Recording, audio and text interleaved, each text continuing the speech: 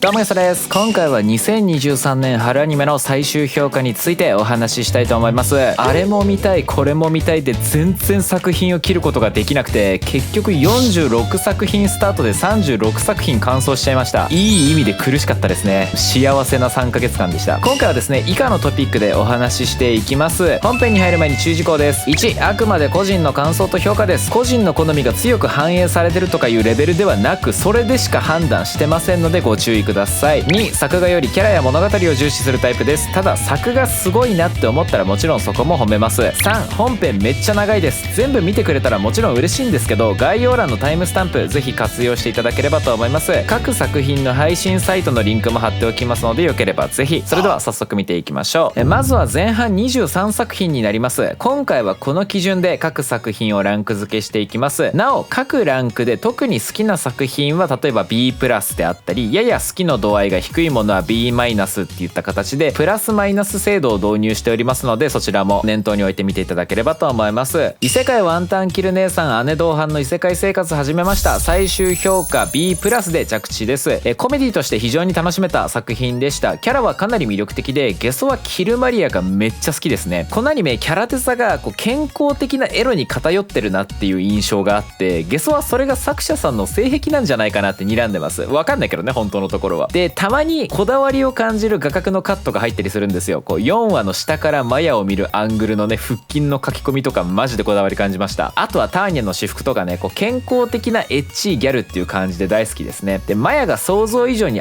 姉をやってて、影から朝日を見守ってたまに助けるみたいなの結構多いんですよね。姉っていう設定にもこだわりがしっかりあって好感持てました。でマヤとキルマリアが仲良くしてるのもすごく微笑ましかったし、良質なコメディアニメだったと思ってます。異世界でチート能力を手にした俺は現実世界をも無双する。レベルアップは人生を変えた。最終評価 C で着地です。とにかく都合の良さと過程を省くことに全振りした作品でした。作中一応主人公が悩んだり迷ったりするふりをしてますが、マジで葛藤とか成長とかそういうものの対極にあるようなチートものでした。で作者さんはきっとそういう作品を作ろうと思って作ってると思うので、もう好みの話になっちゃうんですけど、ゲソは少なくとも嫌いなタイプです。で偶然ビルで火事が起きてヒロイン3人だけが綺麗に取り残されて、それを主人公が助けるとかで、モンスターのドロップアイテムで風呂がドロップしてそれで混浴するとかで、自分の目的とか攻撃の中身とかを全部独り言で説明しちゃうユティさんとかでも怖いもの見たさで最後まで見ちゃったんですよね、この作品で。そう考えると独特な魅力があるのかもしれないですね、この作品に。ただ個人の感想を言わせてもらうと、マジで2期はしないでほしい。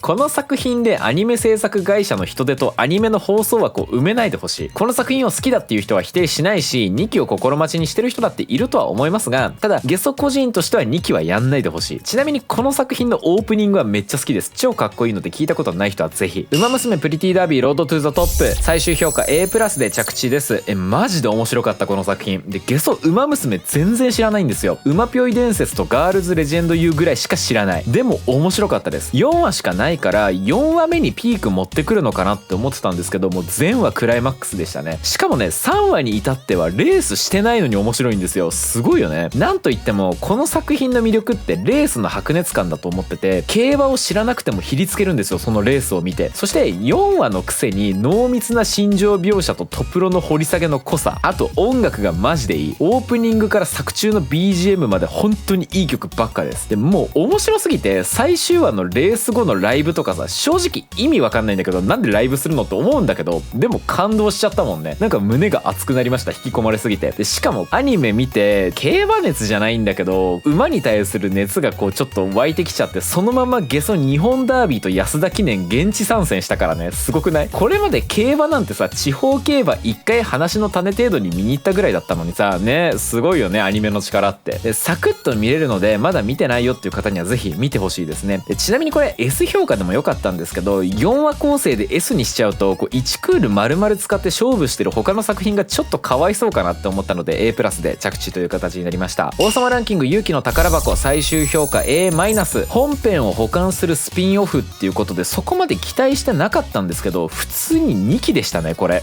スピンオフっていうか2期です。これ全然本編後の話するんですよね。まず本編王様ランキングがどういうアニメだったかっていうと、可愛い絵柄で割と道徳的なエピソードが多いと、絵本の延長線上みたいな作品なんですですけど、これは今回のスピンオフでもその魅力はそのまんまでした。でこのスピンオフを見ると各キャラをもっと好きになれるし、本編の各キャラの行動により深みが出てくるんですよ。つまりですね、スピンオフとして超優秀な作品ってことです。今回のこの2期デスハーとかめっちゃ好きになったんですけど、ゲソ見た人どうですか？デスハーめっちゃいいやつじゃない？終わり方的にこれ続編あるでしょって思ったんですけど、やっぱり新作映画の制作が発表されましたね。これはめでたい。非常にまだまだ王様ランキングの世界は続いていくっていうことでですね、引き続き楽しみにしていきたい作品です。オーパスカラーズ最終評価 D。 この作品3話で切っちゃったので3話時点の感想をお話ししますね。まずアートがテーマの作品なんですけど、作中にパーセプションアートっていうアートが登場するんですね。これを掘り下げるつもりないんだろうなって感じちゃいました。でそれが悪いとかではなく何を見せたいのかっていう話になるんですけど、3話まで見た感じアートを掘り下げるんじゃなくて、イケメンなキャラたちがぶつかってなんやかんや友情を深めて、作品作りの苦悩だったり工程はすっ飛ばして、いつの間にか作品が出来上がって、これが俺たちが作り上げたアートだみたいな流れだったんですよ。つまりイケメンとイケメンが絡むのを見て楽しむアニメですと、キービジュアルから分かってはいたんだけど、でゲスはそれを面白いと思うタイプじゃないのと、この作品の対象じゃないなって感じたのでこの作品は切りました。なのでこの作品自体が面白いかどうかっていうのは正直分かんないです。気になった方は見てみてくださいって感じ。彼女が公爵邸に行った理由最終評価 D。 6話で切った作品になります。一般女学生が自分が知ってる物語の登場キャラに転生しますと。でそのキャラは死の運命が待ってるんだけれども、これをどうにか回避したいと。でイケメン上流貴族から面白い女扱いされて徐々に恋していくっていう流れなんですけど、6話でも明らかに相手役の貴族さんが主人公のレリアナに恋しちゃってて、もういいかなって思って切っちゃいました。キャラデザはすごくとっつきやすいんですけど、貴族の使用人の衣装とか使われてる文字とか世界観の設定が結構ガバガバで、仮にそこに目をつむったとしても展開が行き当たりばったりなのがあんまり好みじゃなかったです。イベントが発生してからこのイベントが何なのかをゼロから説明するんですよ。一切説明なくて大事な場面で当たり前のように魔物が登場するとか、だからこれ普通だったら布石を打つじゃないですか。魔物がいる世界なんだっていう布石を打っておくじゃないですか。あとは扱える描写なんて一切ないのになぜか平然と銃が撃てる主人公レリアナとかね、銃の訓練を受けてますとかっていう布石があるんだったらわかるんだけど、この作品だけじゃなくて割と Webtoon 原作の作品全般にその傾向があると思ってて、神の塔とかノブレスとか見たことある人わかるかもしれないんですけど、展開に布石を全然打たないなっ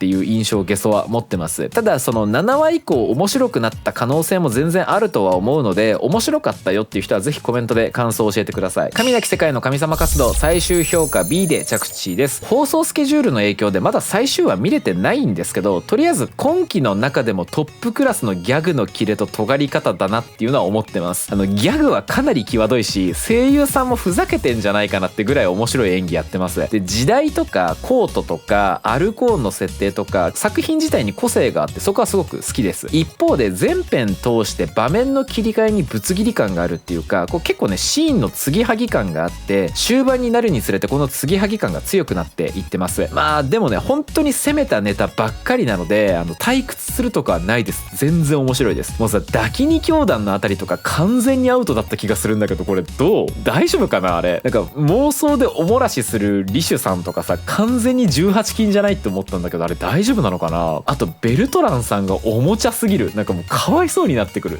めっちゃ面白いんだけどね。手放しでおすすめですっていうレベルの作品ではないんですけど、でも見たら見たでね楽しめる人多いんじゃないかなと思います。この作品可愛すぎクライシス最終評価 A-。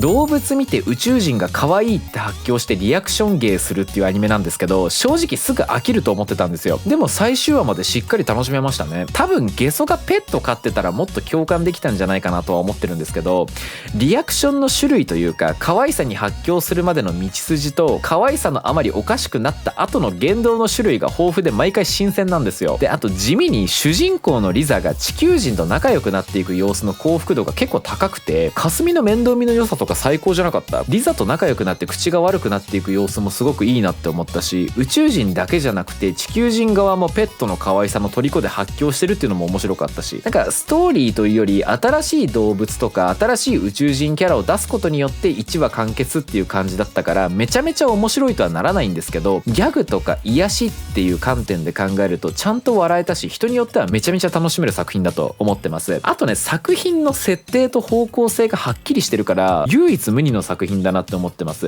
例えばこれから先ペッットや動物に関する面白いアニメなんかないっていうテーマになったとしたら、この作品の名前真っ先に上がるんじゃないかなって思ってます。個性のある作品でとても好きでした。絆のリル最終評価 D、3話で切った作品になります。個人的に3話時点でもうどうやってもここから面白くなる未来が見えないなって感じちゃいまして、3話時点でまず魅力を感じるキャラが一人もいなかったっていうのと、毎度挟まれる背景静止画の謎ダンスパフォーマンスが全然刺さらなくて、このダンスに結構尺を割く割に、その間例えば作中の視聴者のコメントを流すとか、そのパフォーマンスを見た他のキャラが感動してるカットを挟むとかできることいろいろあっただろうに、そういうのなしでマジでずっとダンスのシーンだけを流すっていうのがマジで意味わかんなくて、で3話でバーチャルグリッドアワードっていう大会の受付が始まって、ここから物語動き出すのかなって思ったんですけど、主人公の言動からその大会に対する危機感や熱意っていうものが全然感じられなくて、押せなかったんですよね、キャラを。でマジでペラッペラのキャラだなって感じちゃって、ゲソは3話で切ったんですけど、もし4話以降面白かったっていう人がいたら、これもぜひコメントで感想教えてもらえると嬉しいです。君は放課後インソムニア最終評価 S+、個人的にめちゃめちゃ刺さった青春アニメでした。ゲソは地元が田舎で星空がびっくりするぐらい綺麗だなっていう経験をしたことがあって、学生時代に秘密基地みたいな場所があって、で免許合宿がこのアニメの舞台の石川県七尾市で、学生時代に田舎の夜道を深夜徘徊してワクワクしてたみたいな経験があったんですけど、そういう自分の思い出とこの作品の内容がちょっと重なりすぎちゃって、まあ刺さりましたね。本当に最高だったこのアニメで。マジで納得いってないことが一つあって、ゲソこの動画とは別に僕の心のヤバいやつっていう作品と、この君は放課後インソムニアっていう作品の感想動画をそれぞれ上げたんですよ。割と同じ形式の内容でなんですけどね、再生回数の差がすごい。ちょっとね見てほしいんですけど、確かに僕ヤバは素晴らしい作品だと思うんですけど、この君は放課後インソムニアという作品がこんなにみんなから興味持たれてないんだって悲しくなりましたね。もうね自信を持っておすすめするので、皆さんねぜひこのアニメを見てほしい。これから始まる夏にぴったりのアニメだと思いますよ。僕はね本当にみんなにこのアニメを見てほしいからネタバレそんなにしないんですけど、4話の臨海学校をはじめとして綺麗とかじゃなくて目を奪われるっていう表現がまさにぴったりなシーンがたくさんあります。で主人公ガンタが落ち込むシーンではもうなんでそんな辛い展開にしたんだってこっちまでちゃんと落ち込めるし、その他作中のイベントは計画の段階からずっとワクワクできるし、イベントが始まってからはそのイベントを全力で楽しんでるキャラたちを見てめちゃめちゃ幸せな気持ちになれるし、いやもう本当に好きこの作品。今期の中でもう評価とか一旦置いといて純粋な好き嫌いで 100% 語るのであれば、この作品一番好きかもしれない。夏と夜のワクワク感に満ち溢れたもうすっごい素敵な作品です。でちょっとマジでねみんなで石川県行かん？ちょっと石川県七尾市にさ聖地巡礼行かん？みんなでマジで行きたい俺七尾市で。この作品のね1話から13話までの感想を語るだけの配信したいですマジで。もちろんね思い出補正もあるんだけど、個人的にはもう文句なしの S+ 評価です。地獄楽最終評価 A で着地です。ゲソは原作勢で、これはもう原作の感想とほぼ同じなんですけど、序盤はあんまり面白いとは感じなかったんですね。アニメも原作も同様にです。キャラが結構死ぬんですけど、思い入れがなさすぎてそんなバタバタ死なれてもそんな刺さらないなっていう感想だったんですよ。でも眼鉄斎とフチとか長兵衛とトーマとかゆずりはとセンタっていう感じでガビマルとサギリ以外のキャラが絡んできて、タオの存在があらわになってからが本番なんですよねこの作品の。こっからは原作でもすごく好きなので、もうあのキャラのあのシーンはどうなるんだろうとかもう今からすごくワクワクしてます。ちなみにねちょっとびっくりしたのが天座のエピソードで、アニメ化されてめっちゃ化けてない天座のエピソードすげえ面白かった。なんかすごい重みが増してたなっていう印象です。原作読んだ時にはそこまで響かなかったっていうのが正直なところで、このシーンめちゃめちゃいいアニメ化だったなって思いました。で不満もあって、忍法怒りつぶて非防止バージョンみたいなのクソダサいからやめてくんないかなっていう、その江戸時代なんだからその時代設定はちゃんとしてほしいなっていう、バージョンなんて言葉使うわけないんだから、ちょっとこれ普通になえるからやめてほしい。まあいろいろ言いましたけど A 評価で着地です。2クール目も楽しみですね。事情を知らない転校生がぐいぐい来る最終評価 A、独特な幸せに満ちたアニメでしたね。死神呼ばわりされてる西村さんをスーパーポジティブな高田くんが救っていくっていう流れのアニメなんですけど、割と西村さんに対するいじめって小学生のあるあるというか、小学生ならではの無邪気な残酷さがあるじゃないですか。でも陰鬱とした空気になんてなる間も与えずにポジティブカウンターで全部西村さん最高だぜに消化していく高田くんがマジで最高ですね。友達としての救いと恋愛としての嬉しさみたいなもので西村さんがどんどん幸せになっていくっていう様子で、友達も増えていくんですよ。これがマジで幸せですね。絵に結構癖があるんですよ。キャラデザとかね、塗り方みたいなところにすごく癖があるんですけど、幸福度高くて見てて幸せになれるんで、なんかそれさえもプラスに感じますね。この絵がいいみたいな。でそれとは別に個人的に4話がめっちゃ好きで、夏の描写が綺麗すぎてマジで夏のノスタルジー全部乗せって感じでした。もうこの回だけでもぜひ見てほしいですね。あとね、タンクトップ大雑把こと日野くんが大好き。本当にこういうキャラ友達に一人は欲しくない？なんかさ、日常の幸福度爆上がりしそうだよね。すごくね優しい物語なので、日々心がすさんでいる方、もうなんか毎日つまらんなっていう方、心を癒すためにもぜひ見てほしいですね。 A ランクで着地という形になりました。タイガー&バニー2最終評価し、多分2クールなんですけど、1クール終わって今のところあんまりハマれてないっていうのが正直なところです。敵に魅力を一切感じられなかったのが一番やばかった。ビジュアル的にも人間性的にも個人的にヴィランとして微妙すぎましたね。前は C パートで見せられる信念のない軽薄なやり取りも不愉快だったし、おじちゃんと呼ばれてるキャラとの関係性でお涙ちょうだいをするにしたとしても、おじちゃんとのエピソードが薄すぎて全然刺さらなかったです。あとね、展開的に必要なんだろうけど、2期から出た新人を活躍させるために1期からいるヒーローがかませ役をやってるのも、その扱いはどうなんて感じ。あんまり納得いってない。でもちろんタイガーとバーナビーのスーツがよりかっこよくなったとかいいところもあるんですけど、戦闘少なめで見せ場がない回が続きつつ、敵が微妙っていうあんまり好きになれない要素が多かったですね。2クール目に期待です。天国大魔教最終評価 A。 ずっと視聴者に不親切だったんですけど、ゲソ個人としてはこれがね結構心地よい不親切さでした。全然意味がわからなくて面白くないこの作品って感じる人も一定数いそうだなとは思ってます。どっかの回で名前だけチラッと出た情報が何の前触れもなく唐突に回収されたりするんですよ。でもそれによって先が想像しにくいからこその展開の衝撃と新鮮さみたいなものをゲソはとても好きでしたね。で特に印象に残ってるのが6話と8話。まず6話はシンプルにくっそ笑えるんですよ。マジで面白かった。すげえ爆笑しました6話で。8話がね皮肉が効きまくってるし救いがなさすぎるんですけど、めっちゃ綺麗なんですよ。ちょっとネタバレがあるので嫌な人は飛ばしてくださいここから。じゃあちょっと話しますね。寝たきりの少女を殺すことが目的なのに、その少女が生きる希望になってる宇佐美っていう男がいて、で少女自身も殺してほしいって願っていて、宇佐美の頼みで丸がね特殊能力を使って少女を殺すんだけど、その結果宇佐美は生きる希望を失って死ぬっていう本当に救いがない因果関係。これね、しかもね自殺するシーン悲壮感漂ってるんだけど、マジでドラマチックで綺麗なんですよ。マジで引き込まれた。これね2期やってほしいんですよね。まだまだ回収されてない情報がね山ほどあるんですよ。しかもなんかこっから面白くなりそうだなみたいな展開で終わったんで、いや2期やってほしいですねこの作品。ドクターストーンニューワールド最終評価 A+、分割2クールの1クール目でした。原作履修済みだからこの先の展開もオチも知ってるのに毎話ワクワクできるのマジですごいなって思います。ゲソね結構初見の感動を大切にするタイプなので、原作知ってると評価下がりがちなんですよ。でもこの作品は先を知ってても熱くなっちゃいますね。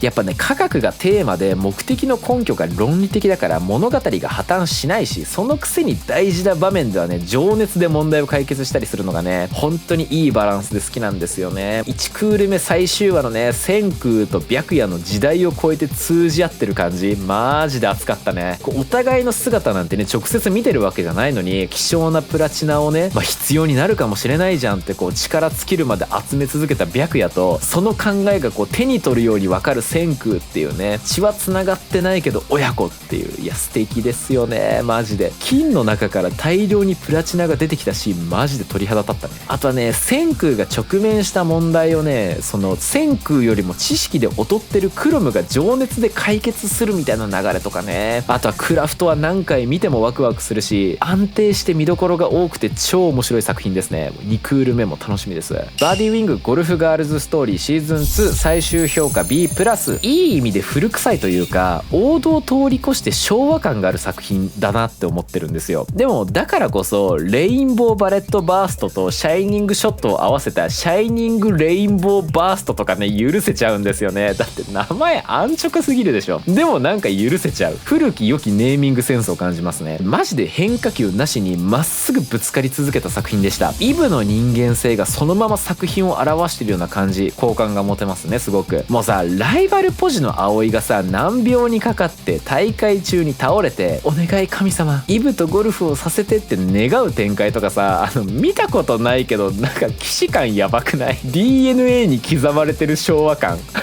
いやゲスは昭和生まれではないですからね皆さん。ゲスは全然その世代より下です。でもここまで素直な作品って一周回って珍しくて好きだなって思うんですよ。こう少なくともナロー系のテンプレイ世界転生よりかははるかに好きです。でなんかね見てて爽快というか少なからず熱くなれるというか、でもこう最終話のまとめ方はちょっと強引だったなっていう印象です。こう他のキャラのその後は全然語らずっていうのもちょっと悲しかったかなって思います。せっかくねこう2クール追ってきたのでこう例えば安室先生と部長の関係のその後とかね見たかったなっていう気持ちもあります。まあいろいろ言ってますが結論全然楽しめました。2クールお疲れ様でした。江戸前エルフ最終評価 S。 いやーめっちゃ好きですねこの作品。本当に幸せに満ち溢れたアニメでした。ゆるい日常系なんですけど節々で視聴者を現実にグッと引き戻すようなシーンがあって、その切なさで殴る感じがねメリハリありましたね。これ序盤の感想からずっと言ってるんですけど、小糸とエルダの生きる時間の違いを前提にこの作品を見るとずっと儚さが漂ってるんですよ。こうダラダラ見れるアニメだなって思ったらこう忘れた頃にちょっと心が苦しくなるような場面を入れてきて本当にちょうどいい切なさの緩急。エルダの小糸に対するあんまり急いで大人にならないでくれよなってセリフとかねマジで心がキューってなるよね。こう和の美しさと切なさが前面に出ててマジで大好きなんですけど、それとは別にエルダがね結構日本文化の歴史を解説してくれるシーンがあるんですけど、これ結構好きなんですよ。なんかねめっちゃ知識欲満たされない？これ聞いてるだけですげえ楽しい。このアニメね日本史の授業で流したらいいと思う。オープニングもいいし小ゆずは天使だし本当に魅力的な作品でした。 S 評価で着地です。まだ見ていない方はぜひ。ポケットモンスター新シリーズ最終評価 B。 もっとダラダラと1話完結でやっていくのかなって思ってたんですけどかなり物語がしっかりしてて面白いですね。あとポケモン SV をやってたのでゲームのキャラとかエリアがかなり高い再現度で出てくるとすごいやっぱ楽しいですね。個人的にネモがちゃんと戦闘狂キャラで出てきたのがポイント高いです。あいつマジでバーサーカーだから。でピカチュウやレックーザといった馴染み深いポケモンも出てくるとやっぱテンション上がるし見どころいっぱいですね。子供向けで臭いシーンばっかなのかなって思ってた節もあるんですけど全然そんなことなくて、こうリコのお父さんにリコが旅に出たいっていう自分の気持ちを伝える回とかね、まさに子供から大人まで楽しめる作品のお手本みたいな回だったなって思ってます。なんか誰でも楽しめたんじゃないかなあの回。イニシエのモンスターボールとかリコのペンダントとか黒いレックーザとかこの物語の謎だとかこうキーになるような要素も分かりやすくてこう見やすいなっていうのも好感を持てますね。であとシンプルにね動くポケモンが可愛いんですよ。なんかね出てくるポケモンみんな可愛い。ポケモンのぬいぐるみとか欲しくなる。きっとね長く続く作品だろうからスピード感はね一般的なアニメに比べてゆったりなんですけど、まあ引き続きゆっくり楽しんでいきたいなと思ってます。 B 評価で着地です。魔法少女マジカルデストロイヤーズ最終評価 C+。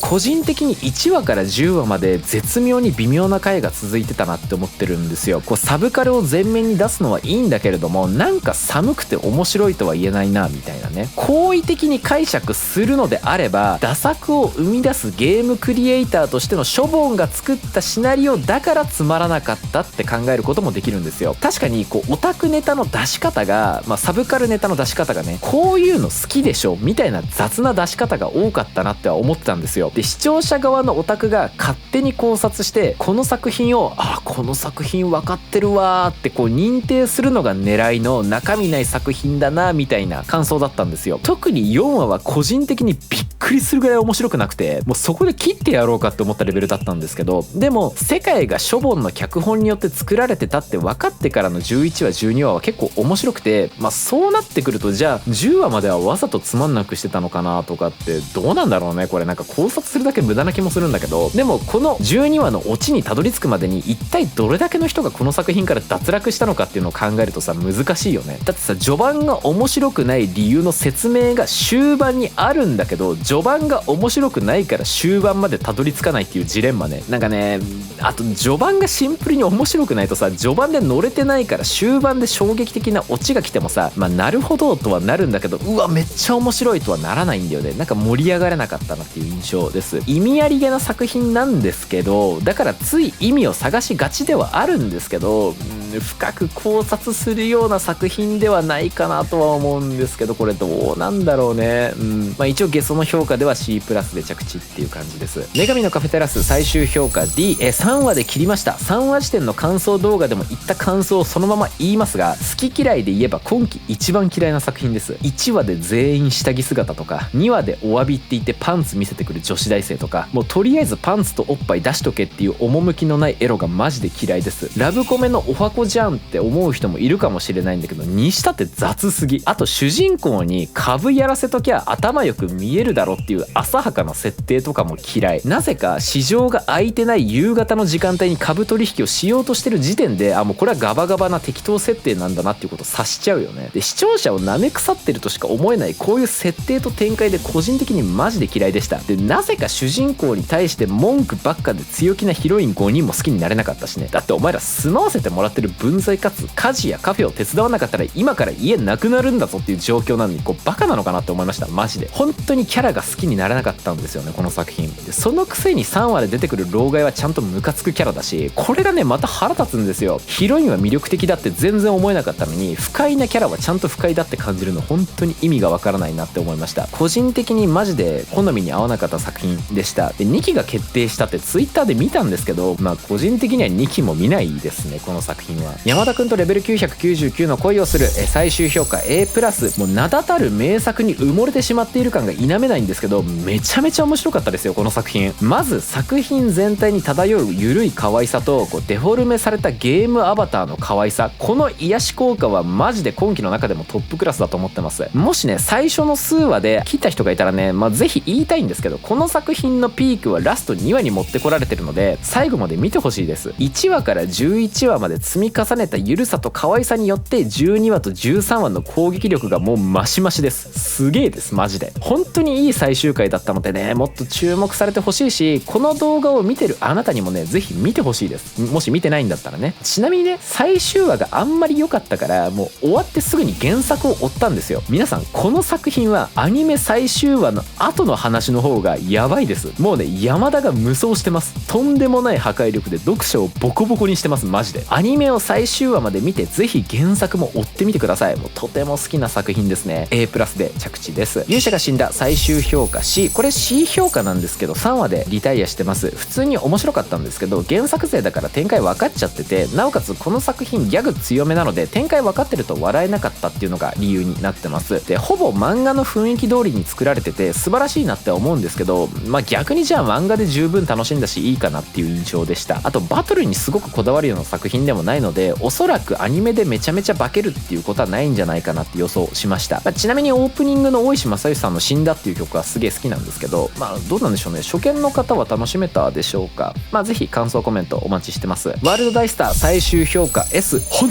当に面白かったです。もうマジで面白かった。この作品もう今季一番のダークホースかもしれないです。この作品まず何といっても演劇シーンの呼吸感や動きの描写の丁寧さ、演技をする声優さんの迫力、もうとにかく演技シーンの引き込まれ方がすごいです、この作品。しかも作中の演劇で使われてる音楽がマジでいい。冗談抜きでいい。もうそれだけで音源欲しいぐらいいい。そして展開の秀逸さです。1話から12話までものすごく綺麗に段階を踏んで主人公のココナが成長していきます。特に11話と12話はマジで一生目を奪われ続けます。もう見入ってしまいました。ゲソはもしねまだ見てないよっていう人がいたらもう本当に騙されたと思って3話までまず見てほしいです。そこで一度引き込まれるんじゃないかなってゲソは思ってます。合わなかったらそこで視聴やめてもらっていいです。もうゲソはとにかくおすすめです、この作品。そしてね3話でハマれたら4話から10話までずっと面白くて、11話と12話でこの作品の真骨頂が見れます。もうねね12話は本当にやばい。この作中の演劇だけでアニメ映画作ってくれっていうレベルで面白いし、演出も神です。いやちょっとねネタバレ話したいな。ちょっとねミッションの人はスキップするか今すぐこの動画を閉じてワールド大スターを見に行ってほしいんですけど、11話で静香とココナが一体化して両目に赤と青の光が宿るシーン、まずこれやばいんですけど、まあね静香が消えるシーンとか普通に泣きましたしね。でそこからねココナの中で静香とココナの力が混じっていって瞳の色が紫になって、最後はココナを補うための静香ではなくて2人でお互いに高め合う存在として静香がまた復活するっていう完璧な流れ。センスは進化するんですよ皆さん。シャモさんも言ってたでしょ、センスは進化するんですよ。で特に好きな演出があって、12話でココナの心象世界で静香とココナが話した後に、ココナが現実世界に戻った後から画面のサイズ比が映画のサイズ比になるんですよ。だからこれつまりココナのセンスが完全覚醒して、演劇が終わった後で各キャラが言ってるんですけど、そのココナに引っ張られて自分も最大限のパフォーマンスができてたみたいな話をするんですけど、要はそのタイミングでココナのセンスが覚醒して全員のパフォーマンスが最大限引き出されて、もはや演劇の枠超えた何かになってたっていう描写だと思ってるんですよ。あれがねマジで好きで細けーって思いながら、もうマジで引き込まれたんですよ。あそこ本当に面白かったんで、もっともっと人気になっていい作品だと思ってます。もう個人的にとても好きな作品です。もう文句なしの S ランクです。以上前半の23作品の評価と感想でした。ここで番外編ですが、2023年春アニメ個人的に好きなオープニングランキングになります。これおまけなんですけど、個人的に絶対動画に入れたくて、今期ねオープニングがマジで名曲揃いだったんですよ。前回冬アニメの評価動画で、エンディングランキングも作ってたんですけど、今期はオープニングが特に強かったので、もう好きな10曲をピックアップしてみました。おまけなのでサクッといきますね。第10位地獄楽ワーク、不気味で重苦しい感じがよく表現されてるなと思います。あとシンプルにかっこいいです。第9位青のオーケストラカンタービレ、作品の青さと透明感をそのまま曲にしたような曲ですね。マッチ度が高くて、もう舞は飛ばせずにフルで聴いちゃいます。第8位江戸前エルフ起源ロマンス、和の雰囲気が作品とマッチしまくってるのと、なんか曲全体は割とお祭りみたいな賑やかさも感じるんですけど、その中にこう切なさも感じられてね、もうまさにこの作品のオープニングにぴったりです。第7位天国大魔教イノセントアロガンス、最初のギターでオープニングを飛ばそうなんていう気は一気に失せます。マジでかっこいい。疾走感とこのサビでの訴えかけるような歌い方、もうなんか感情乗っててめっちゃ好きです。感情乗ってるとか勝手にゲソが解釈してるだけなんですけどね、マジで好きですこの曲。第6位推しの子アイドル、もう言わずもがな絶対に飛ばせないオープニングですね。もうかなり直接的に愛を表現してる曲なんですけど、好きですね。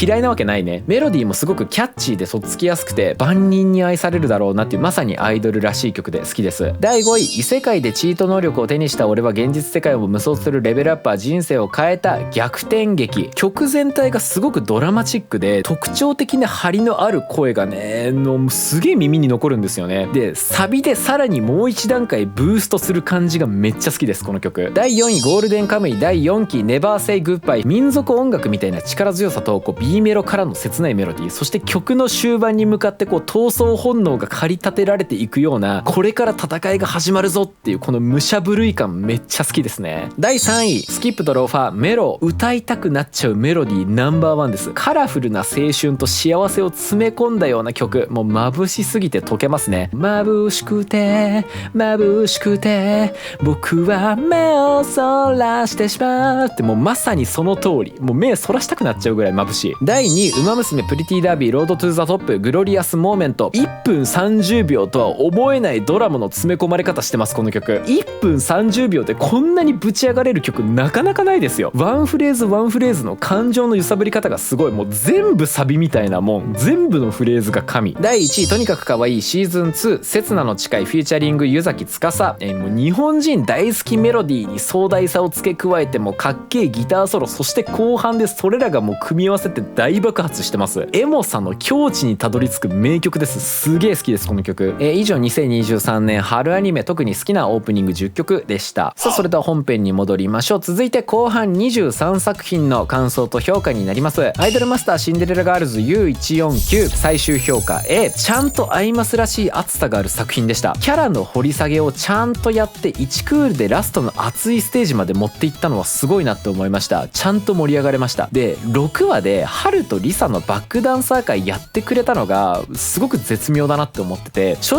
直あれがなかったら個人的にかなり微妙に感じてたと思うんですよ。なんかあれのおかげでなんか終盤にいいものが待ってそうだっていう期待感を持てた感じがしました。ゲソがね好きなバンドの曲の歌詞に僕たちは誰もが大きくなっただけの子供っていう歌詞があるんですけど、まさにねこの作品の11話を表してると思いませんか？ごめん全然関係ない話しちゃった。11話のさ雨降って地固まって夢のステージへ向かいますっていう期待感すごかったよね。でもいざ本番になった時のワクワク感マジで好きでした。個人的に好きなシーンがあって、最終話のライブ本番前プロデューサー目線で U149 の面々とハイタッチしたりグータッチしたりでこう送り出すシーン、あそこくっそ好き。熱すぎ。いやもうあのシーン天才すぎマジで。正直ねちびっ子たちの日常を描くロリコンホイホイアニメかと思ってたんですけど、舐めてたんですよ正直。でも全然アイマスでしたね。ちゃんと熱いアイマスでした。評価で着地です。終盤アニメデレマスに出てたキャラたちワンサが出てくるんですよ。うずきとかしぶりんとかミオとかね。それも熱かったね。終盤もずっと高ぶってましたこの作品。青のオーケストラ最終評価 A+。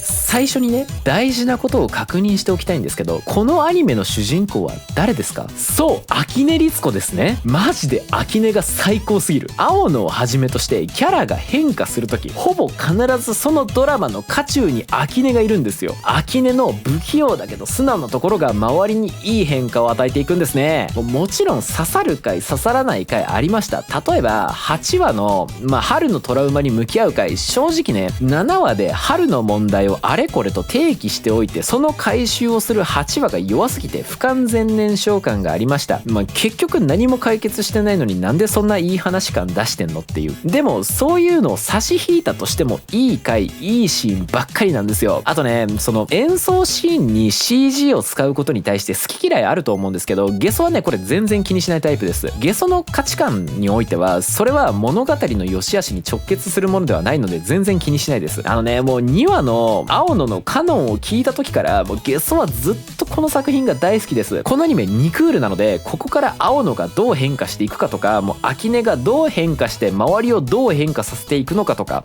もう引き続きめっちゃ楽しみな作品です。今からでも全然間に合うので、もうスルーしてたよっていう人はぜひこの作品一緒に追いましょう。アリスギアアイギスエクスパンション最終評価 B。 キャラを愛しやすい作品だなって思いました。1話から10話までのおふざけ回はこうギャグのノリが結構好みで、おふざけの振り切り方だけで言えば今期の中でもトップレベルだったなって思ってます。いやマジでふざけてたんですよこの作品。いや本当にふざけてた。なんか想像以上にふざけてるからねこの作品。そんな中でもキャラの可愛さはちゃんと出てて、キャラ可愛いなって思える場面もたくさんあって、でラストだけシリアスなんですけど、こうギアを操るのもねちゃんとかっこよくて、のどかと四つでかっこよかったよね。ゲームではこっちメインなのかな。このギアを操る方がメインだよね多分。アプリやってないので知識はないんですけど、絵柄がすごく可愛いので後半のシリアス終盤のシリアスもめちゃめちゃギャップがあるストーリーで引き込まれたとはならなかったんですけど、基本コメディなのでその点で言えばめちゃめちゃ評価高いストーリーではないんですけど、個人的に普通に楽しめた作品だったかなと思います。アプリやってる人しか楽しめないかもなって思ってたんですけど、全然そんなことなくて、視聴前の自分からすると全然楽しめたなっていう印象です。やっぱねキャラが魅力的で愛着持ちやすいんですよね。ちなみにゲソはですねリタさんが一番好きです。異世界召喚は2度目です。最終評価 D。6 話で切った作品になります。回を重ねるごとにこう典型的なオレツ絵が前に出てきちゃって、こう主人公のナルシストな言動が鼻についちゃったなっていう印象です。で4話でデザストロを助けに来た説が助けに来たぜお姫様とか言ってて、このアニメちょっとしんどいなーって思ってたら、そこから5話6話となんかめちゃめちゃ面白い回とかこう独自性のある展開も特になくて、こうノリが合わなくて、なおかつなんか面白さも見つけらんないなーっていう感じで切っちゃいました。正直あんまり印象に残ってない作品です。推しの子最終評価 S+。このアニメを見て有馬香奈が好きにならない愚か者いるわけないね。有馬香奈みんな推しちゃうねこれ見ちゃったらね。マジで面白かった。まずね1話がアニメ史に残る神回だったじゃん。っていうかもうその辺の映画より断然面白いみたいなレベルだったじゃん。でさ面白かったからこそ正直ねあまりに話題になりすぎてちょっと序盤逆張りしてた節はあるんですよ。1話はすごかったけど2話以降はどうなんみたいな。いや本当にごめん、マジでキモい思考だった。反省してる。この作品に逆張りの余地なんてなかったです。最終話で推しの子っていう言葉を有馬かなの視点でタイトル回収するところとか、もうこの作品に入り込みすぎてマジでくっそ泣いてたけ。そう、本当にまさかオタゲーで号泣する日が来るなんて思ってなかった。白のペンライトが映った瞬間から泣いてた。もうで4話あたりからずっと超面白かったんだけど、もうね全身の鳥肌が立ったのが7話の引き。愛を憑依させた茜見た時、冗談抜きで全身から血の気が引いたし、鳥肌もうブワーってなってた。でこれから絶対もっと面白くなるじゃんっていう展開の引きで最終話が終わって、まあ予想はしてたけど2期制作マジでありがたい。もうねまた未来の楽しみが1個増えましたね。で本当に振り回されました。あまりに SNS の悪意の解像度が高くて、もう落とされるシーンではとことん不快に落とされたし、ピエヨンはマジで爆笑したし、でラブコメの要素は心がギュンギュンするし、有馬かなくっそ可愛いし、もういろんな要素詰め込んでるくせにあらゆる側面でありえん高偏差値叩き出してる、まさに神アニメです。もしね逆張りしてる人がいたらもったいないから、もうそんな意地とプライドはさっさと捨てておとなしく順張りして見てください。楽しんでくださいこの作品を。お隣に銀河最終評価 C+。ブーストかけるのが遅いって。この作品11話から面白かったんですよこの作品。でも10話まではマジで面白み感じられなかったんです個人的に。しかもね11話と12話が独立して面白いから、マジで10話までの意味が感じられない。11話の布石のためにギリ10話までなら許容範囲かぐらい。まず序盤なんですけど、どこかにありそうな自然な男女のやり取りが魅力的だなって感じたんですよ。そこに SF の要素も組み合わせて個性出していくのかなって思ってたんですよ。でも10話くらいまでマジで流れ星の民っていう設定がずっと死んでたし、でラブコメとして見るにはキュンとするような見せ場があまりに少なかったし、家族愛をテーマにするとしても島での五色さんの様子を全然掘り下げないから、なんかうまく絡められないし、久我家についても最低限の掘り下げで済んでるようなイメージだったし、11話までどこに注目して見ていいか、何を楽しんだらいいのかが分からなくて、印象がめちゃめちゃ薄かったなっていうのが個人的な感想です。11話では流れ星の民特有のトゲの設定を生かしてそこに純愛をうまく絡めて、すごくいい回だったなって思ってます。もうめちゃめちゃ面白かったです11話は。なんかねもっと早くこういう展開やってほしかったなっていうのが正直なところで、そんなことを考えつつ C+ で着地っていう形になりました。機動戦士ガンダム水星の魔女シーズン2最終評価 A。 面白かったし印象的なバトルも展開もありました。例えばエアリアルとダリルバルデの決闘とかマジで熱かったし、でどんどん主人公になっていくグエルかっこよかったし、通じ合った矢先にね死に別れちゃうエランとノレアとかね、もうグッときちゃったし、あとはスレッタと決別して前向きに地球との関係性改善に乗り出したミオリネに対して、もう手に負えない規模と速度で状況が悪化していく様子とかね、本当に面白いんだけど、ラスト3話がね、ごめんこれは普通にゲソの理解力不足だと思うんだけど、雰囲気は楽しめてるんだけど、用語と設定をしっかり噛み砕いて具体的に何が起こってたかを説明できるかって言われるとできないんですよね。そのよくわからない状況下で突然トマトの遺伝子に隠されたコードがあって、それがクワイエットゼロのシステム内のバックドアのコードでとか、キャリバーンっていうヤバい機体が前触れなく急に出てくるとか、とんでもない破壊兵器の惑星間レーザーが急に出てきて大事な場面で絡んでくるとか、これまでの21話の間に全然出てこなかった要素が急に出てきて終盤の展開に絡むっていうのも正直あんまり納得できてなくて、でもちろんね本当はちゃんと布石があったのにゲソがそれを見逃してるだけとか、ゲソの理解力が足りないせいでなんかいまいち楽しめてないっていう部分も全然あるとは思うんですよ。でもよくわからない中でもエアリアル、キャリバーン、ファラクト、シュバル Z の4機で共鳴するような感じでその惑星間レーザーを止めたシーンとか雰囲気だけしか感じられてないんだけど、なんかすげえことやってるなって熱い気持ちにはなれました。あとはねラストでみんな元気そうで何よりいいですね。で贅沢を言うのであればここにねソフィーとノレアもいてほしかったなっていうそういう気持ちはあります。だってさエリクトとかプロスペラとかシャディクとかさ、なんかいかにも死にそうなキャラが生存してるんだからさね、この2人生かしてくれてもよかったじゃんね。もう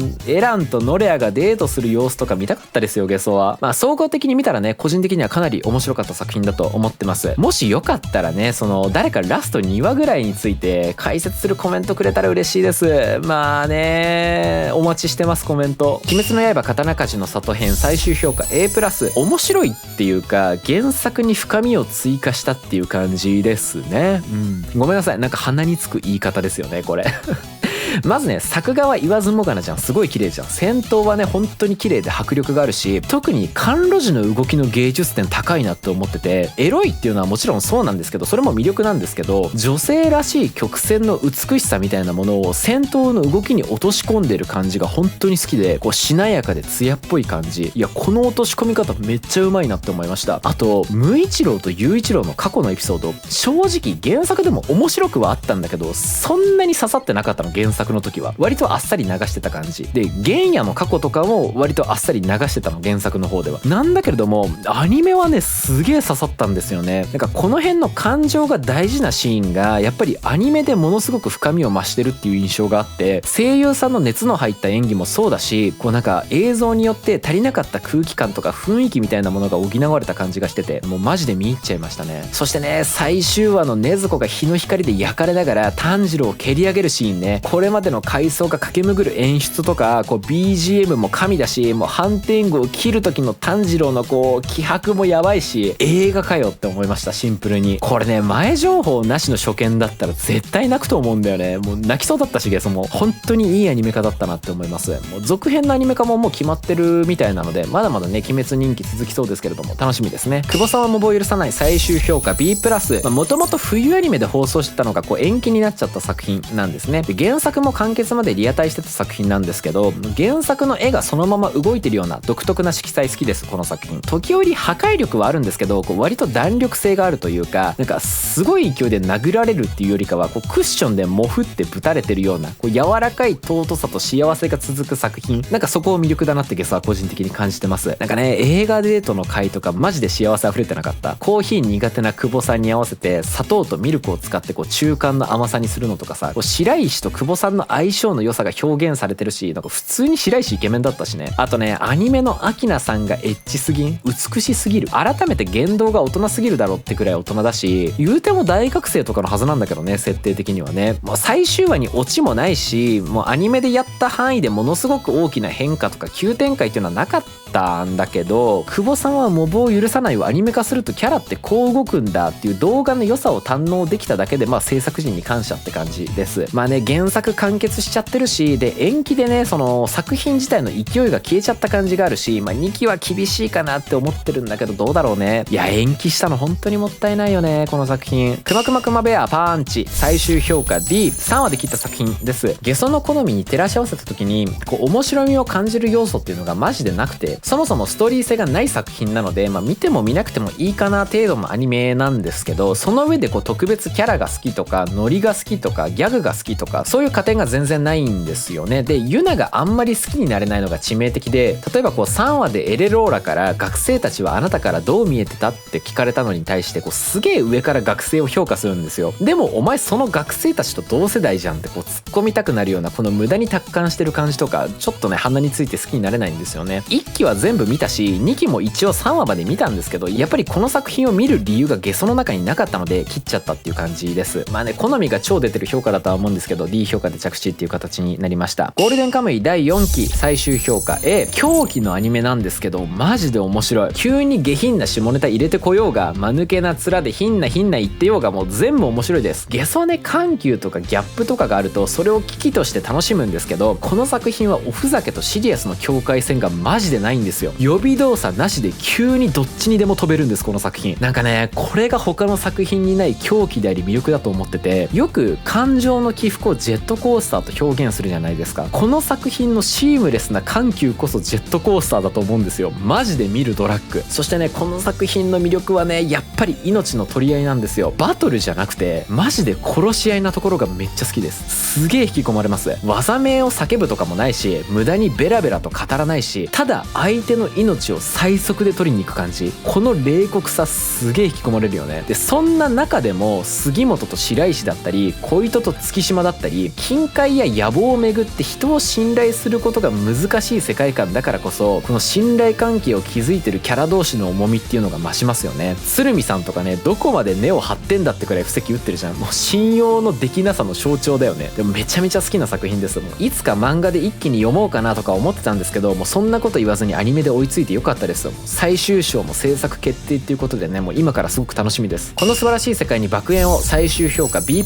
このスバが好きなゲソからするともうノリが同じだし普通に楽しめる良作でした。コウマ族との絡みとか、ユンユンとの絡みとか、それも面白かったんだけど、やっぱ後半アクセルの街にメグミンが到着してからのこうカズマとかアクアとかダクネスが時折見える感じ、この時のテンションの上がり方からやっぱりゲソはこのスバの愛すべきバカどもが好きなんだなっていうことを改めて実感できました。基本的にふざけてるんですけど、たまにユンユンに対して友情を見せるメグミンとか、憎かったですよね。で初めての爆裂魔法を打つシーンとかも普通に熱かったし、なんか見どころ多いいいスピンオフだったかなっていう印象です。でね、このスバ3期も決まってね、まだまだこのスバの世界楽しめそうっていうことでめちゃめちゃ嬉しいです。引き続き楽しみですね。ザ・マジナルサービス最終評価 D3 話で切った作品です。シンプルにめちゃめちゃ面白くなかったです。この作品もうそれに尽きるね。ハリウッドのアクション映画みたいなセリフの言い回しをやたら対応する主人公が最たる例なんですけど、それっぽい設定、それっぽいシーン、それっぽいセリフを超低解像度で並べ立てて、どこが見せ場で何を見せたいのかよくわからない作品っていう印象です。あらゆるシーンがどうでもいい作品でした。視聴前に設定だけ見た時はなんか結構面白そうだなって期待してたんですけど、なんでこうなっちゃったんですかね。今期個人的に一番嫌いな作品が女神のカフェテラスだとしたら、個人的に一番面白くない作品はこれだと思ってます。この作品を好きだっていう人を否定するわけじゃないんですけど、ゲソ個人としてはこの作品はめちゃめちゃ面白くなかったです。スキップとローファー最終評価 S。 もう最高のアニメだったね。もう本編を通してずっと漂ってる三海がなんかやってくれる、いい方向にきっと変えてくれるっていう期待感ね、もう漂ってましたね。等身大な高校生であるキャラたちも魅力的で、もちろんね島くんの設定とかはちょっと特殊なんだけども、でも高校生として全然違和感ないじゃん。基本的にとにかく共感性が高い作品だと思ってて、その中で三海だけがあんな風に行動できたらっていう僕ら一般人の理想を体現してる眩しい主人公なんですよ。理想なんですよ。子供なら三海のようになりたいって憧れるし、大人だったら多くの人が、あの時三海のように動けたらなって、三海がいてくれたらなっていう何かしらの形で刺さると思うんですよ。皆さんどうですか、この点について。ちなみにゲソは刺さりまくってましたよ。でその上でミカとかユズキとか誠とかね、一定の層に深く刺さるキャラ設定してるんですよね。ミカなんかさ一番人間臭いから、もうこのキャラにぶん殴られた人めっちゃいるんじゃない？自分を重ねた人めっちゃいるんじゃないかなと思う。アニメや漫画ってさフィクションだからキャラがすごく極端に作られてるっていうことあるじゃん。この作品のキャラってそれに対してすごくグレーだなって個人的に思ってて、白黒はっきりせずにその中間の微妙なところでこう苦悩したり決断したりしてるっていうイメージなんですよね。で現実世界の我々もそうじゃん。白黒はっきりすることの方が少ないじゃん。でその絶妙にモヤモヤしてるところを三海っていうね理想がぶっ壊してくれると、だからこの作品は多くの人に刺さるし、多くの人が爽やかな気持ちで楽しめるんじゃないかなってゲソは思ってます。いやごめん、なんか多くの人とか言ってるけど、ゲソがそういう理由で楽しめてるっていうだけだわ。いろいろ言ったけど深く考えなくても人間味のある魅力的なキャラたちがただただ高校生活を楽しく過ごしている様子を見せてもらえるだけでゲソは幸せな気持ちになれました。マジで最高の作品でしたね。もう頼むから2期やってほしいこの作品。デッドマウントディスプレイ最終評価 A-。特に後半なんですけど、一つのシーン一つの時系列に複数の勢力を別の視点から絡ませるのがめっちゃうまいんですよね。これはこの作者さんの別作品のデュラララっていう作品でもそうだったんですけど、その10月から始まる2クール目についてはこの絡ませ方が本格化していくんじゃないかなって思ってます。神視点っていう言葉あるじゃん。アニメを見る時の我々視聴者が神視点だとするじゃん。この作品ってもう神視点冥利につきまくるんですよ。各勢力の思惑とかモノローグを神としてめちゃめちゃ楽しめると。大体の作品がそうなんだけど、この作品は特にすれ違いコント感を強く楽しめる感じがしてます。1クール目全体的に見ると各キャラの紹介とか各勢力の臨戦態勢を整えるような役割だったのかなっていう印象なんですけど、まだまだ本格的にぶつかり合ってないからね。今まさにここから本格的にバチバチやり合いますよっていうタイミングで1クール目が終わったんですよ。正直ねこの作品においては分割2クールじゃなくて連続2クールの方が良かったんじゃないかなって思ってます。だってさ絶対ここから面白くなるんだから、この勢いのまま行った方がいいじゃん。しかもいろんなキャラ勢力が出てくるから、間を空けることによって設定とか忘れちゃうと思うんだよね。だからここはねもったいないなって思ってます。ソリティアとか警察側のキャラとかね、すでに魅力的なキャラたくさんいるのでね、期間が空くのもったいないですねっていう感じの作品です。まだ見てないよっていう人については、いっそ今見るんじゃなくて2クール目が始まるタイミングで一気見するのがいいかもしれないですね。とにかく可愛い第2期最終評価 B。 作品全体を通してうっすらと大きな謎というか設定があるんですけど、司が不老不死なんじゃないかっていうね、その確信には触れないんですけど、ギリギリのところを行ったり来たりしてた2期でした。それは置いておいてで基本は新婚夫婦のイチャイチャを見て幸せな気持ちになるアニメでした。もうそれ以上でもそれ以下でもないで、そこまで動きがあるようなストーリーではないから別に高い評価にはならないんですけど、でも普通の幸せな回がゆっくり続いていくのゲソは結構好きです。キャラデザが結構緩めの可愛さなんで、それも相まってねこうまったり楽しめました。で B 評価が一番しっくりくる作品だなって思ってます。ちなみにオープニングはガチでいい曲です。煮え姫と獣の最終評価 C-5 話で切った作品です。あんまりハマれなかったですね。でサリフィーをめっちゃ可愛いと思うでもなく、物語に引き込まれるでもなく、人と人外が触れ合う物語っていう設定は好きなんですけど、5話まで見た感じ魔物の世界でサリフィーが迫害されたりこうピンチになったりで倒れたり投げ出されたりするっていう時に、それを王様がこう後ろから抱きかかえる形で助けるみたいな構図がねすごいずっと繰り返されてるっていうイメージでした。で正直ね2話で婚約済ませてるので、そこで完結したものとして視聴やめても全然問題なかったなっていうのがゲソの感想です。もうね2話の時点でサリフィーと王様は婚約してハッピーエンド、もうそれで終わり、それでいいじゃんっていう感じで、それ以降の話はゲソ個人としてはもうあってもなくてもいい、言葉を選ばずに言うのであればもうどうでもいい、それぐらい2話以降の話っていうのが平坦に感じる話が続いてました。例えば5話ってサリフィーが聖獣を召喚する話があるんですけど、サリフィーが命を懸けてる割には全然心が揺れ動かなくて、なんか嫌いなところもないし興奮する部分もないしっていう感じで、そんな感じだったので切っちゃったっていう感じですね。僕の心のヤバいやつ最終評価 S+、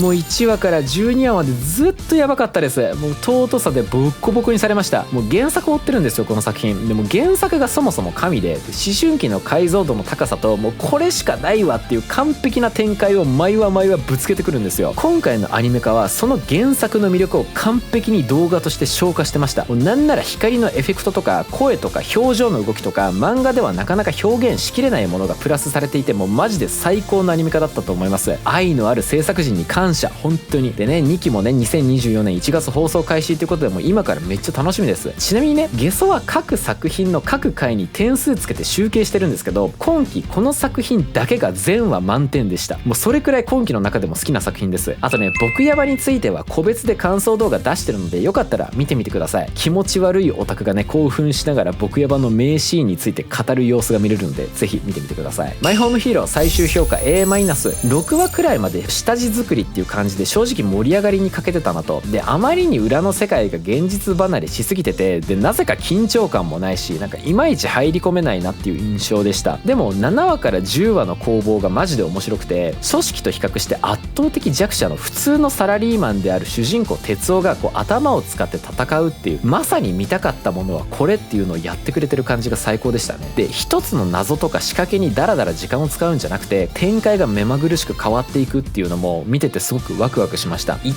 転してラスト2話はもう頭使うとかじゃなくて、純粋に父親として子供を思う気持ちだけで泥仕合するんですけど、かなりパワープレイでしたね。かなりパワープレイな展開だったんですけど、1話の絶望的な状況からここまでよく綺麗にまとめたなっていう感じです。で序盤から中盤にかけての中だるみ感が否めないので、それも加味して A- っていう形で着地です。マッシュル最終評価 C9 話で切った作品です。でゲソは原作読んでるんですけど、初見なら普通に楽しめるんじゃないかなっていう感想です。原作読んでるとアニメは見る意味あんまりなかったかなっていう感じですね。で原作の雰囲気とか絵柄とか動きとか過不足なくそのまんまアニメにしてるのは素晴らしいんですけど、そうなるとアニメを見る意味ってそんなにないかなっていうところがあって、一応バトルが化けるかなと思ってマギアルプス戦まで見てみたんですけど、例えばこう鬼滅みたいに戦闘シーンがお化けになってるみたいなことは特になくて、やっぱりじゃあ原作でいいやってなったので9話で切っちゃいました。別につまんないってわけじゃなくてシュールな原作そのままっていう感じでした。でもこう薬と笑う系のシュールさっていうのがどうしても展開とかギャグのネタを知ってるとあんまり笑えないところがあって、それもあって9話で切っちゃったっていう感じですね。 C 評価で着地です。魔法使いの嫁シーズン2最終評価 B+。このクールで物語に着地点作る気は一切ないですよっていう最終話でしたね。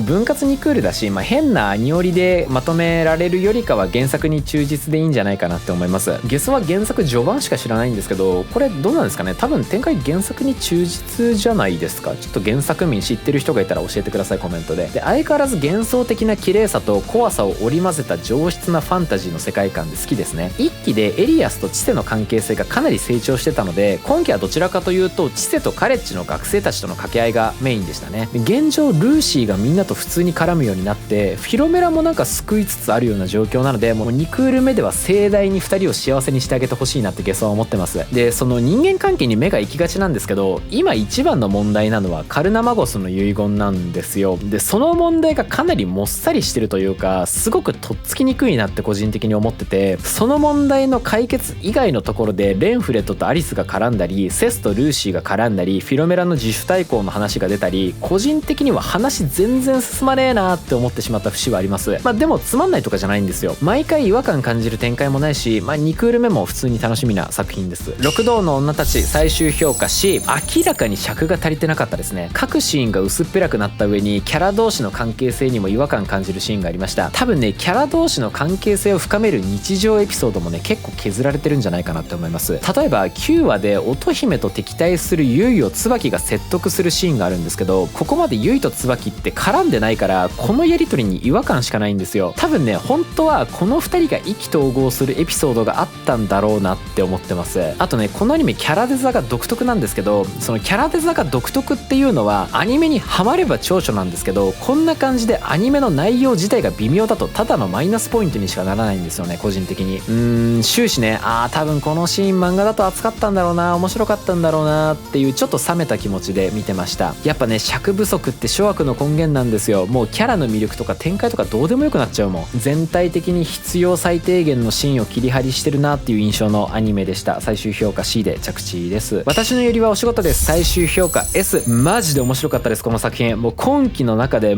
最も純粋に人間ドラマで勝負してた作品だと思ってます。ユリっていう要素もあるんですけど、これはマジでおまけです。このアニメの面白みはそこじゃないです。こう見ていて息が詰まるような、頭を抱えたくなるようなキャラのすれ違いがあって、めっちゃ苦しいっていうか、もう見てられない、誰か助けてっていう感情になってくるんですよ。このアニメ、人間関係と掛け合いだけで作品に引き込んでハラハラドキドキさせてくるんですよね。世界観的に何も特殊設定ないし、キャラは全然一般人の範疇だし、超能力とかもないし、海に行くとかそういうイベントもないし、マジでほぼカフェの中のやり取りと階層の中だけのキャラ同士の会話だけでこんなに面白いの本当にすごいと思う。しかもキャラの数も少ないし、少数精鋭のキャラで狭く深く面白さを作っていく感じ。こう見ていて苦しいシーンもあるって言ったんですけど、主人公の姫が適度にアホの子だからいいガス抜きになって作品全体が重くなりすぎないのも魅力だと思ってます。そこを踏まえると見やすいし、人間ドラマ面白いし、マジでおすすめです。この作品もうぜひいろんな人に見てほしいです。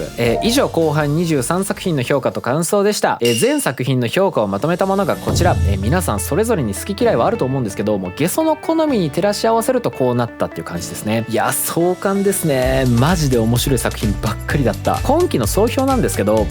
春アニメと伏兵がめちゃめちゃ強かったのが印象的です。青春系で言えばね、僕の心のヤバいやつ、スキップとローファー、青のオーケストラ、君は放課後インソムニアとか、伏兵で言ったらワールド大スターとか、私のゆりはお仕事ですとか、山田くんとレベル999の恋をするとか、天国大魔教とか、事情を知らない転校生がぐいぐい来るとか、特にワールド大スターはゲーム反則アニメで全然注目してなかったから、もうめちゃめちゃ面白くてびっくりしました。結果的に全然視聴作品を切れなくて、嬉しい悲鳴を上げながらヒーヒー言いながらアニメ見てました。もう全部面白かったですね。もちろんね、推しの子とか鬼滅の刃とか地獄楽とか、こういった話題作もしっかり面白かったので、なんかね、作品のクオリティの平均値がすごい高いクールだったなっていう印象です。あとね、やっぱりオープニングが名曲揃いですね。アイドルをはじめとしていい曲ばっかりです。全然オープニング飛ばせなかったです今期。あとはそのクオリティ云々に直結するんですけど、全体的に原作愛を感じるアニメ化が多くて、もう制作陣の皆さんには感謝しかないですね。大満足です。終わっちゃって悲しいんですけど、今期やってた作品でまた2クール目がある作品とか、分割2クールで、来々期ぐらいにまた続編があるよみたいなアニメもたくさんあるので、それを楽しみに引き続きアニメを追っていきたいなって思ってます。2023年春アニメ本当に楽しい3ヶ月間でした。以上2023年春アニメの最終評価でした。もう本当に長くなっちゃってごめんなさい。毎度のことなんですけど、もしこの動画全編見たよっていう猛者がいたら、もう例によってめちゃめちゃ褒めるのでコメントください。あとね、皆さんの好きな作品もぜひコメントで教えてください。そしてね、できたらチャンネル登録もしてもらえると嬉しいです。それではご視聴ありがとうございました。バイバイ。